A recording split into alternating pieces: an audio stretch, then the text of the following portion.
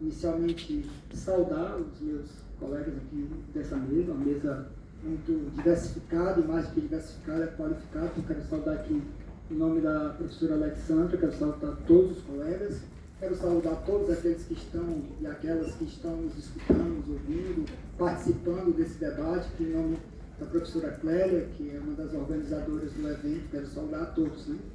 E agradecer o convite, na verdade, como um dos organizadores, a professora Clélia me intimou, me convocou, e eu aqui, como um bom aluno, e ela que manda, eu aqui estou, né? Então, na minha fala, eu gostaria aqui de explicar qual é o argumento, né? O desafio dessa proposta dessa mesa é exatamente pensar o que será a Fortaleza do futuro, que horizontes se abrem, quais são os próprios desafios, né? Nós podemos fazer uma listagem de problemas da vivência. O cotidiano da cidade ele é muito pedagógico, então ele nos coloca esse desafio. Não precisa ser geógrafo, economista, não precisa ser planejador para pensar aquilo que nos aproxima dessa cidade, mas também aquilo que talvez, se nós pudéssemos, nós mudaríamos com o nosso esforço, com as nossas capacidades. Mas nós sabemos que nós temos um país democrático, de direito, então as mudanças, as perspectivas, os planos, eles têm que ser debatidos nas instituições, mas também debatidos de modo geral e amplo, já que é assim que a gente pensa uma cidade mais justa, uma cidade que não que alcance esse status de justiça, mas que uma cidade que permanentemente busque esse quadro de justiça social. Então, a minha fala ela vai estar dividida em 3 momentos, e vou ser rápido no início para dar conta aí dos 25 minutos, né, que eu tenho. Então, eu tenho um argumento que, para pensar os desafios de Fortaleza, mesmo que nós a denominemos como cidade, né, esse é o linguajar mais comum, seja no planejamento, seja nos documentos técnicos, mas numa realidade específica, Fortaleza é uma metrópole, né? Quer dizer, ela está inserida num arranjo populacional muito mais complexo do que uma cidade, né? E, no meu modo de entender, pensar esse futuro é pensar essa dimensão metropolitana, mas pensar também o seu par dialético, que eu entendo como um par dialético, que é a fragmentação. Então, pensar a metropolização de Fortaleza e a fragmentação como 2 faces de uma mesma moeda, ou como causa-consequência, dialeticamente, ambas com a interpenetração dessas relações e desses processos.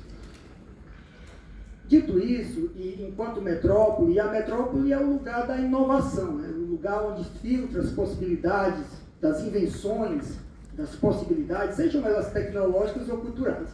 Então, se nós vamos pensar os desafios, é claro que desafios para as cidades, para as metrópoles, uma das primeiras dimensões que nos aparecem é quais são as tendências mundiais. O que é que no mundo tem se falado que é o desafio para as cidades? O que é que as cidades têm que produzir, desenvolver, se reorganizar em função do que? Então, se você consulta hoje a bibliografia internacional, você vai tomar pelo menos 5 grandes tendências. Eu não vou me ater a nenhuma delas, mas gostaria de pontuar, porque acho importante que é um debate que se faz, inclusive, em Fortaleza, e no Brasil, e no mundo, né? Então, a dimensão da inteligência artificial associada à gestão urbana, a discussão, lógico, da eletromotricidade, muito pautada em uma discussão de adaptação às emergências climáticas, né? Principalmente numa mudança de padrão de mobilidade, de transporte urbano, uma inserção cada vez maior do digital e das plataformas para auxiliar nos mecanismos de governança entendendo como um sistema muito amplo de controle, planejamento e pensamento dos desafios da cidade. Afinal de contas, você pensa numa escala de futuro, mas também você faz uma gestão do presente. Então, sempre essa escala, né? Então, a governança, ela inclui, inclusive, as instituições que participam desse processo. A própria dimensão da resiliência climática, então tem todo um conjunto de teorias, de perspectivas, as cidades esponjas, as cidades e as soluções baseadas na natureza, então os colegas da arquitetura e muitos têm tocado essa discussão, mas outras ciências, a própria geografia tem repensado os urbanismos e os projetos futuros de cidades, dos conjuntos habitacionais, das áreas de expansão. E, por fim, os distritos inteligentes e as cidades inteligentes, as smart cities, né? Então, essas são grandes tendências. E por que eu não vou me ater? Elas estão na pauta da cidade? Sim, estão, de alguma maneira. Eu acho que vocês já ouviram algum tipo de anúncio, algum tipo de ação, seja ela pública ou privada. E elas em si são tendências de grande interesse do mercado. Se vocês forem acompanhar, até associar as bibliografias que eu indico, vocês verão que já existem grandes grupos econômicos, monopólios de poder, que têm uma pauta e que oferecem mundo afora às cidades. E muitas cidades já adquirem esses pacotes, né? Sejam elas no sul global ou no norte global, você já tem um conjunto de empresas que tocam isso. Mas, no meu modo de entender, essas são pautas interessantes, acabam respingando na ideia de metrópole, na constituição da metrópole, inclusive de Fortaleza, mas, no meu modo de entender, esse não é o principal aspecto para pensar os desafios da cidade.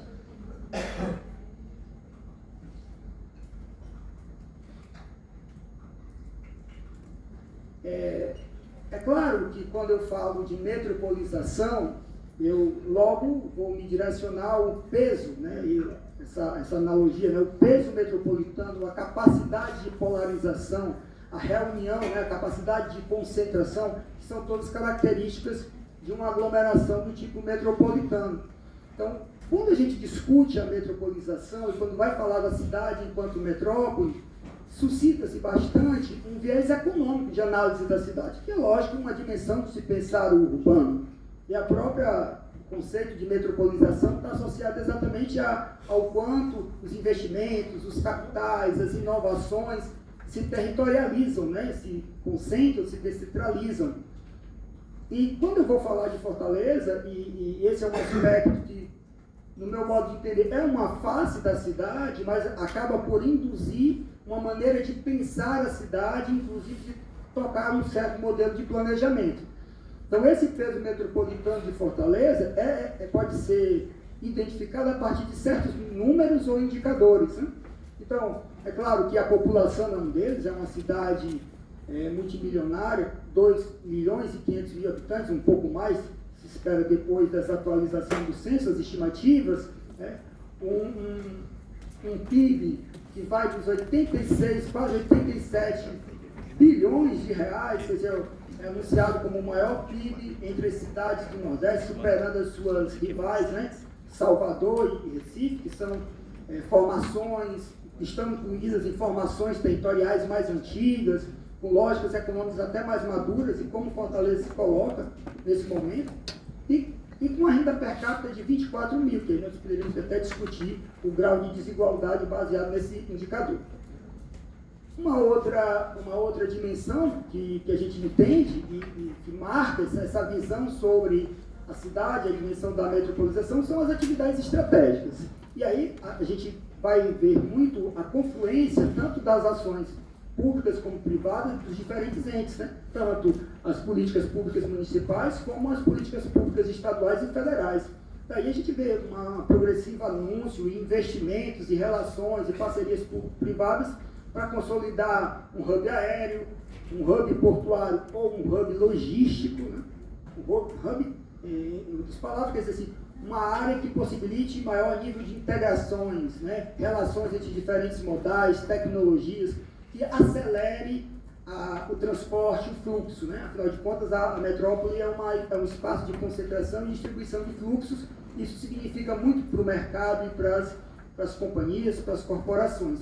Um hub informacional, aí quando a gente divulga bastante a questão da localização estratégica, baseada aí na chegada dos cabos de fibra ótica, da instalação dos data centers, e também na destinação turística. Então, todos esses aspectos estão relacionados à capacidade muito econômica de atração e polarização de fluxos. Mas há também outros indicadores. Um desses indicadores são os próprios grupos econômicos, né?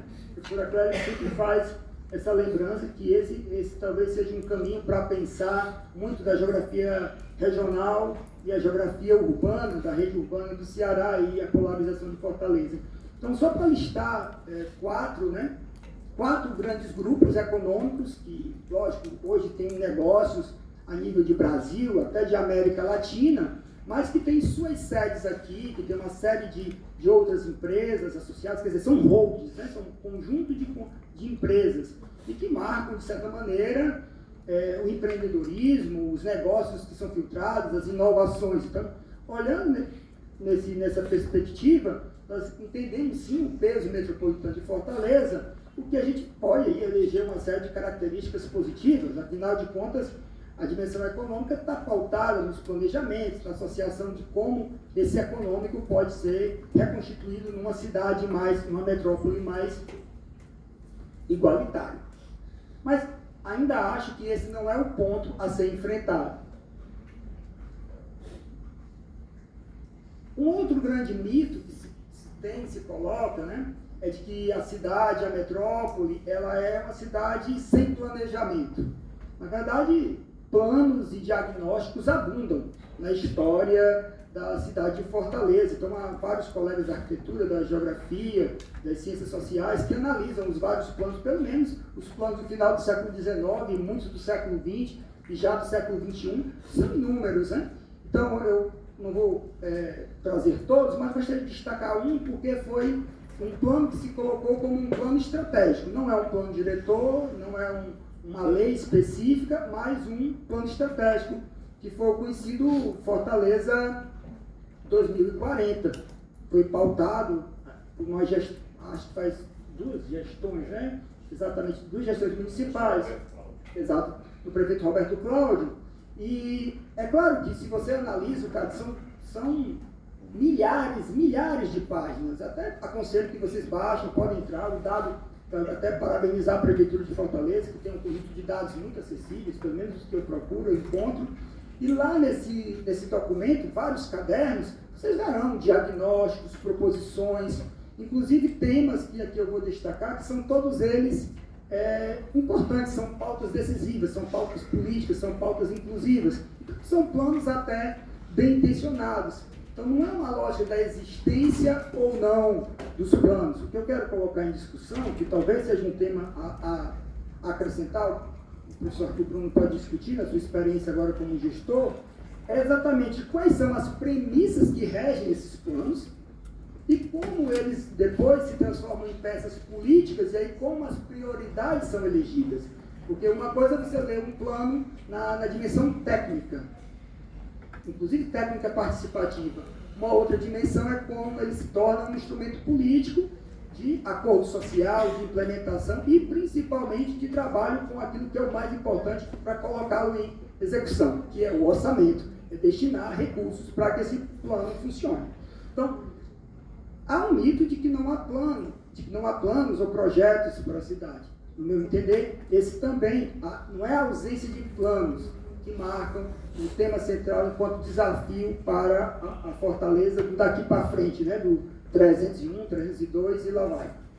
E aí eu entro naquele conjunto que eu mencionei na apresentação, que é a outra face da metropolização, que é um processo estudado há muito tempo, pelo menos há uns 50, 60 anos, por teóricos, mas que ele vem cada vez mais se estabelecendo no território e produzindo desafios para os teóricos, para os estudiosos e mais ainda para os gestores públicos, né? Que é o processo de fragmentação socioespacial, que a partir daqui eu vou entrar no cerne, talvez, do meu argumento. Então eu trago aqui para vocês essa cartografia que foi produzida com os dados de 2010, porque ela utiliza os microdados do censo demográfico. Infelizmente, os microdados de 2022 ainda não foram liberados. Então, de certa maneira, tem um atraso, né? E esses dados eles foram sintetizados a partir de um índice que foi desenvolvido pelo IPES, que é um importante instituto do estado do Ceará, que desenvolve pesquisas econômicas. Esse documento, esse mapa está, inclusive, dentro dos cadernos do PIF, que a professora Clarice mencionou. E esse mapa, que essa imagem, né, esse conjunto de polígonos que vocês veem, com cores diferentes, ele tenta demonstrar uma situação social, um conteúdo social da cidade, a partir de indicadores que demonstrem maior ou menor vulnerabilidade social. Quer dizer, ele olha para as famílias. Então, os dados aqui sintetizados tentam, a partir do lugar de moradia, entender as condições econômicas, educacionais de dadas famílias, né? Então, nós aplicamos esses dados, analisamos, inclusive para analisar cada uma das EIs, e aí gerou esse mapa síntese. E é claro que, para uma leitura rápida, vocês podem ver que os polígonos mais escuros, né, os mais amarronzados, são áreas de maior vulnerabilidade social. E o que é que isso quer dizer? Não quer dizer só pobreza, não é só baixa renda. É um conjunto mais amplo de problemas que envolve questões educacionais, número de anos de estudo, uma série de outras possibilidades relativas ao arranjo familiar. Então, quando eu olho essa representação, que é uma parte, que é um retrato dessa metrópole, eu vou pensar numa outra geometria, que aqui a gente amanhã vai discutir a geometria territorial do poder. Então aqui eu percebo uma outra geometria da cidade de Fortaleza, que, no meu modo de entender, nos leva a pensar exatamente esse modelo de crescimento, que a gente estava falando há pouco, que a gente denomina de metropolização, é um urbano que se complexifica, mas ao mesmo tempo se precariza. É claro que esse retrato, acho que não precisa também ser especialista para analisar que há muitos polígonos escuros, né? Então isso quer dizer que não é uma condição favorável. É claro que esse retrato não é uma responsabilidade de 4 anos atrás, de 8 anos. É o mesmo retrato que desenvolveu aqueles outros dados, quer dizer, é produto do mesmo período, das mesmas ações que produziu aqueles dados anteriores favoráveis econômicos que eu demonstrei. Daqui entra a tese que aqui eu estou colocando, a metropolização e a fragmentação como faces de uma mesma moeda. Então esse aqui é um produto de pelo menos 50 anos de crescimento, de transformação do espaço urbano de Fortaleza. E isso nos coloca numa posição de pensar. Porque se primeiro a gente falava daquele par bem simples, né? Centro e periferia. Então, é claro que ao ver essas condições, essas fragmentações, esses estilhaços, esses pedaços espalhados por muitas zonas da cidade, é claro que vocês percebem que não dá para pensar só numa lógica do centro ou de uma periferia.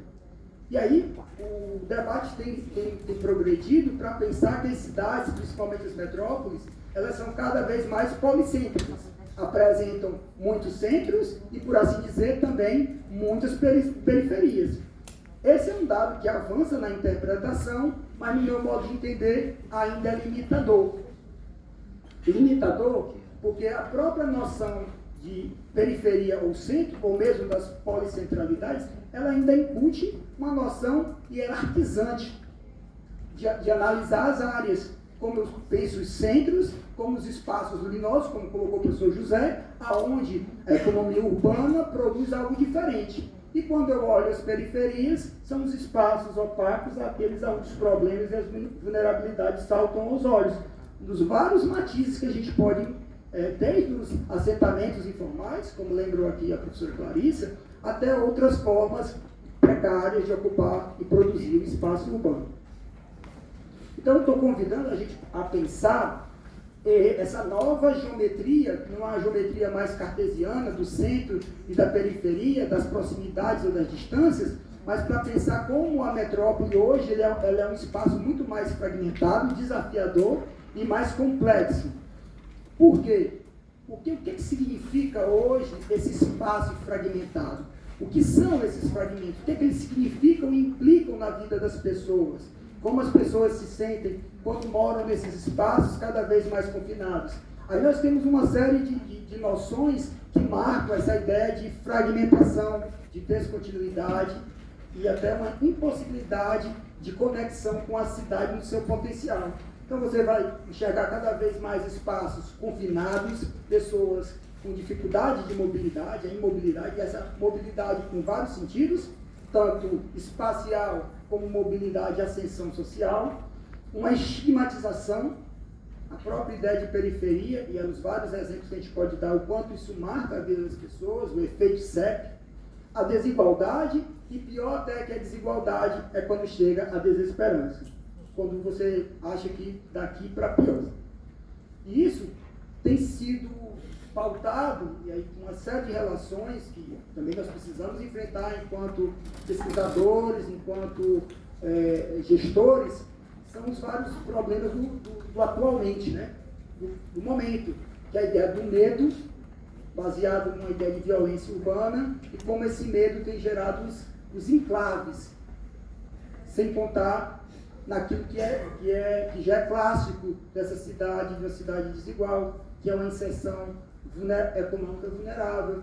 Vamos lembrar que no tempo da pandemia, Covid-19, Fortaleza foi uma das cidades que mais sofreu, porque de acordo com os dados do IPEA, Fortaleza era uma das cidades onde você tinha o maior percentual de trabalhadores naquilo que os economistas gostam de chamar de economia informal.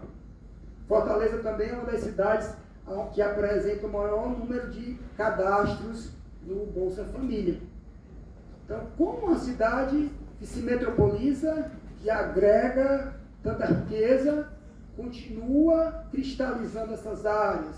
Você observa, por exemplo, bairros como o Conjunto Palmeiras, que tem uma iniciativa muito interessante, mas você vai analisar os dados de IDH, eles são tão ruins quanto há 15 anos. Quer dizer, é uma cristalização dos problemas que se somam a outros tantos. Então, a gente precisa redefinir esse olhar sobre esses espaços fragmentados, porque hoje as paisagens que predominam, não as que predominam no imaginário, predominam no noticiário, predominam inclusive nos nossos preconceitos, são essas, né? Baseadas na desigualdade urbanística, baseadas na desigualdade de mobilidade e baseadas nos territórios do silêncio, do medo, né? Então, esses são desafios que têm agudizado esse processo de fragmentação, que não é de agora, lógico, que vem se agudizando nesse passar do tempo, nessas relações desiguais, mas que esse talvez seja um quadro que talvez nos coloque na ponta de lança de pensar uma cidade do século XXI. Romper esse quadro de desigualdades é um grande desafio, não é um governo agora, não é daqui a... Isso tem que estar numa pauta para que nós tenhamos resultados, pelo menos daqui a uns 20 anos, né? Então, nesse sentido, a luz no fim do túnel, né? Eu acho que existem possibilidades, algumas vêm sendo desenvolvidas, né? Eu acho que isso aqui nós já até discutimos um pouco na Conferência das Cidades, que são medidas que se aproximam até daquelas tendências e que podem nos ajudar. Institucionalmente, é claro que uma cidade não resolve seus problemas sozinha, ela está inserida, no caso do Brasil, ele está inserido numa federação, então precisa da parceria com o governo do Estado, precisa da parceria do governo federal, tem que ser analisado como é que vai ficar essa reforma tributária, para ver como é que os entes federativos vão se incluir. Isso é importantíssimo, porque medidas para contornar esses problemas não se faz sem dinheiro, e o dinheiro tem que ser colocado, já que se fala que há pouco, pelo menos tem que se colocar em espaços, ou em contextos, ou em políticas que sejam avaliadas e que superem aqueles problemas. Em termos da participação, hoje, você pode observar até o Big Brother. O brasileiro adora participar da Pitaco, ele adora analisar a seleção brasileira. E nós temos aí 200 e tantos milhões de treinadores. É claro que ele também gostaria de apitar mais sobre a sua cidade. É claro que outros problemas o afastam das oficinas, de planejamento, de outras situações. Há várias questões do cotidiano, as próprias dimensões desses enclaves, do medo, da fragmentação. Então, é preciso fortalecer essa participação com instrumentos tecnológicos, mas com uma legislação que possibilite mais ambientes e mais espaço para esse debate, né? Inclusive na nossa Câmara Municipal.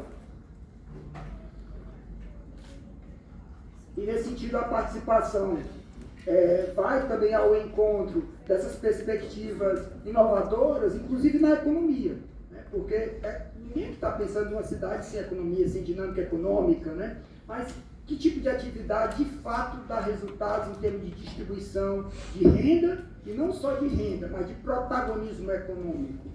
É isso que nós temos que voltar lá àquela pauta daquele modelo de metropolização para pensar se esses setores que são basilares para a cidade, para a metrópole do presente, eles poderão nos ajudar a construir uma cidade menos fragmentada, né? E aí, há muitos estudos que demonstram que os arranjos mais localizados, que as economias circulares, que a possibilidade de gerir profissões, mecanismos, empresas, em outras escalas intra-urbanas, elas têm uma fixação de renda, um envolvimento muito maior do que simplesmente um modelo gerar mão de obra para agregar-se a alguma grande multinacional, algum centro. Isso está colocado na bibliografia internacional. Vamos testar? Por que a gente não testa? Já testamos tanto outro modelo, por que esse modelo não pode vir? Né? Porque existem casos exitosos.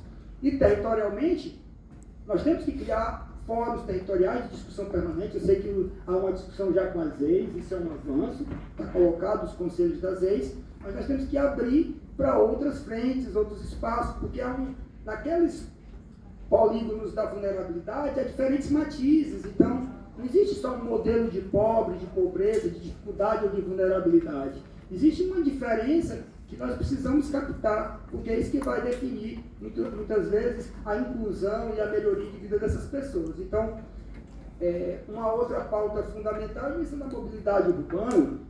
Então, no quadro atual, nós temos um quadro perigosíssimo, com a diminuição cada vez maior daqueles que usam o transporte coletivo, são os dados, a dificuldade em relação a pensar esse modelo atual de pagamento do bilhete, e um uso cada vez maior das motocicletas, que gera uma verdadeira, que nós estávamos conversando sobre isso, uma epidemia de acidentes e de mortes de jovens. Lá no meu condomínio, quando chove, eu vejo pelo menos 3 quedas, todo dia. Então, esse modelo não é sustentável. Ele pode ser elétrico, ele pode ser a água, mas ele não é sustentável, porque ele não redefine essas relações de fragmentação. A gente tem que pensar, de fato, um modelo de transporte público, no máximo gratuito, que possibilite que a gente quebre essas relações de imobilidade, né? E além do uso dos espaços públicos. Então, essas são possibilidades, tenho certeza que o professor Arthur Bruno as conhece muito bem e tem lutado para destacá-las enquanto prioridade do pensamento, só que isso não se faz da luta de um homem só, de uma instituição só. Então, para finalizar, eu acredito que a gente tem que pensar não mais uma cidade centro-periférica ou multicentral, multiperiférica, mas uma cidade em rede, que a gente possa tirar essa noção hierarquizante dos centros ou de desigualdade das periferias. A gente volta a citar o professor José Bozarchiello, né, mostrar a potência do que nós chamamos de periferia, a ponto da gente poder mudar essa denominação dessas áreas, desses espaços, né, que são espaços de protagonismo da cidade, que a gente, inclusive, possa mudar o nosso vocabulário, não amenizando pelas palavras, mas demonstrando que há outras possibilidades. Então, e como isso é possível? É possível porque a gente já vê, né, no presente essas expectativas. E aí eu penso que o papel do Estado é fundamental. Não há mudança sem o fortalecimento do Estado na escala da Prefeitura, do Governo do Estado ou do Estado Federal.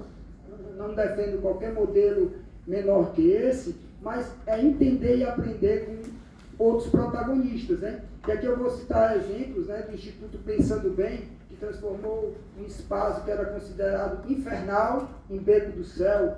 Então, eles não podem substituir o Estado, mas o Estado pode aprender com eles para a gente saber como isso se multiplica. As cozinhas comunitárias, no momento agudo de problemas de fome, tecnologia social, agregação, amizade, solidariedade, são valores que hoje a gente acha que estão até fora de moda. Isso se estabeleceu, virou uma política pública, municipal. Então são exemplos, então há possibilidade, há respiro, dá para colocar a cabeça fora dessa água.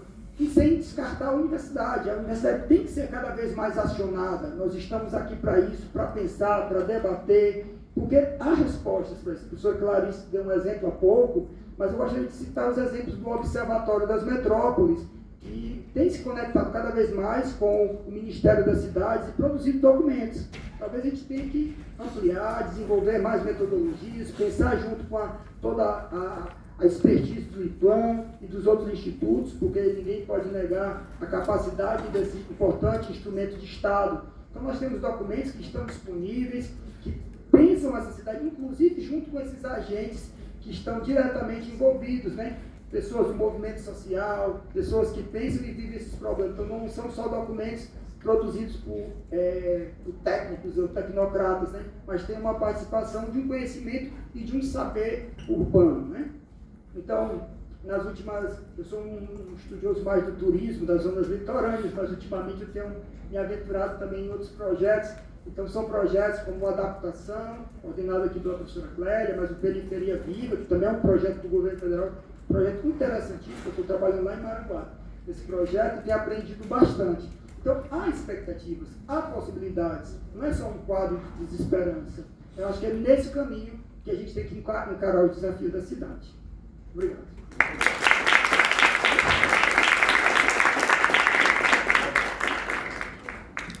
Nós agradecemos.